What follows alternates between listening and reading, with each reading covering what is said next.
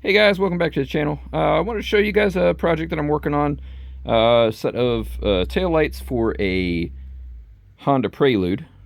And just kind of point out the idea of power.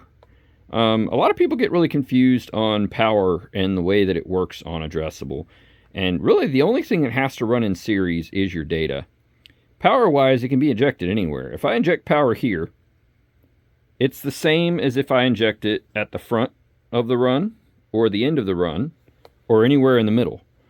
It's the exact same thing. So the way that these work is it's all connected. So you can inject power in creative ways. Like in this case with this light, there's not a lot of room in the corners, but there's plenty of room in the middle. Also, if I was to just inject power at the front, that power has to run through all of the strips to the end of the strip, and that's not ideal. So in this case, I've got two power injection points, one at the top and one at the bottom, and that power can go in both directions and adequately power these boards.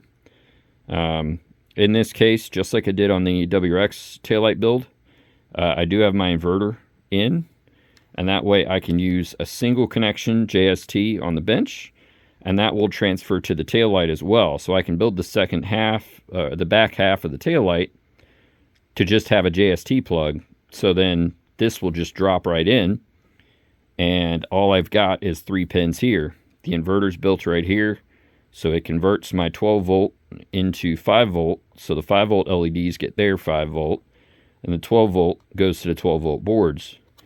And the end result is a pretty bright combination. And this is using the UCS 2903 and the RGB 5mm addressable LEDs. As you can see as well, I don't have to have any capacitors or anything like that added to these LEDs because ours are built with capacitors inside of them. Some have asked me about this. This is just channel rail for same stuff we use for underglow, like this. And I do cut it to shorter lengths. Use electrical tape to separate the board, the PCB, from the metal. That way if it does come into contact, it won't short anything out. And then I use Starbond CA glue to secure these in place. And the nice thing about it is that this panel, and it's kind of hard to do one-handed, but it can flex some.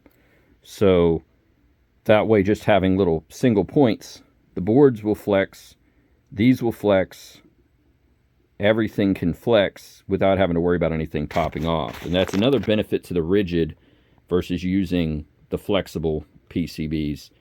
We do sell the SK6813s in RGB, and those are better for like infinity mirrors or things like that, that you need a lot of flex. But something like this, I do have flex, but I get my flex by soldering on my little contact points. And those connections give me the extra flex that I need to do corners. And then like that corner, I could have used the tips as well, but the wiring gave me a little bit more flexibility, so I just went with that. But it's all about getting creative. And anytime that I am doing something that I think you guys would like to see, I'll try to do a video like this and post it up. It'll be a little bit less formal than most of my videos, just because I'm basically doing it as I build. But hopefully it's something that you guys appreciate. Basically a visual, just to give you an idea at least how I do my builds. Really pretty simple when it's all done.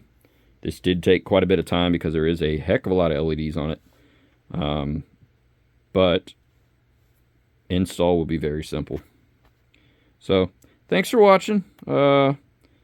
as I do stuff like this, I'll probably do other videos and drop them just so that, you know, you guys can just kind of see behind the scenes how I do it, what I'm doing, when a formal video may not be quite right.